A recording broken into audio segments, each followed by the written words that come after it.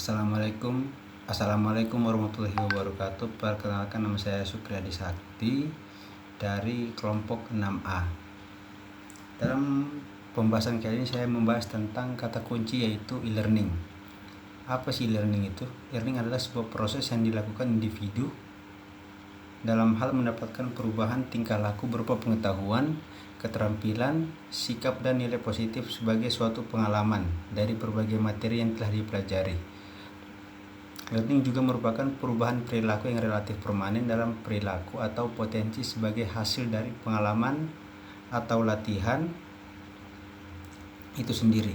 Learning digunakan ketika sedang mempelajari suatu hal yang baru melalui proses pembelajaran, pengalaman, dan pengajaran secara berulang-ulang.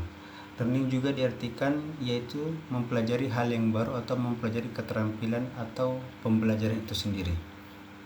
Menurut H. Morgan, learning adalah perubahan perilaku yang bersifat permanen sebagai hasil dari pengalaman itu sendiri. Dan menurut Saiful dan Aswan, learning adalah perubahan perilaku berkat pengalaman dan latihan.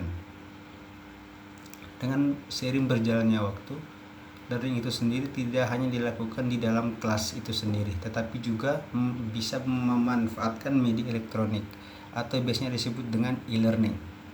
Learning merupakan sebuah pembelajaran berbasis elektronik yang dimana pengajar dan muridnya menggunakan alat elektronik sebagai media pembelajaran seperti laptop dan juga smartphone. Learning juga merupakan model pembelajaran yang sangat fleksibel, dapat dilakukan di mana saja dengan waktu yang dapat diatur oleh pengajar dan muridnya itu sendiri.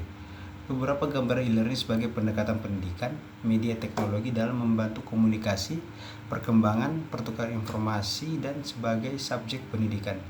Contoh beberapa pembelajaran berbasis elektronik seperti penggunaan Zoom Meeting, Google Meet, ataupun juga menggunakan aplikasi mobile seperti Edmodo, sosial, dan juga menggunakan sosial media seperti YouTube, Facebook, TikTok, dan juga Twitter.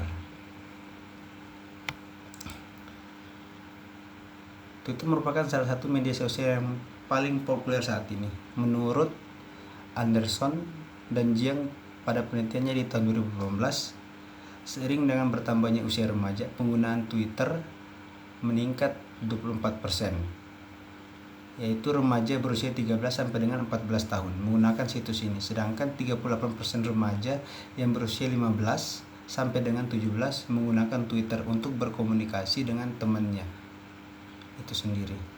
Pemanfaatan media sosial seperti Twitter sebagai pembelajaran merupakan suatu hal yang baik dan sangat bisa dilakukan oleh sebagian orang ataupun sebagai pengajar itu sendiri.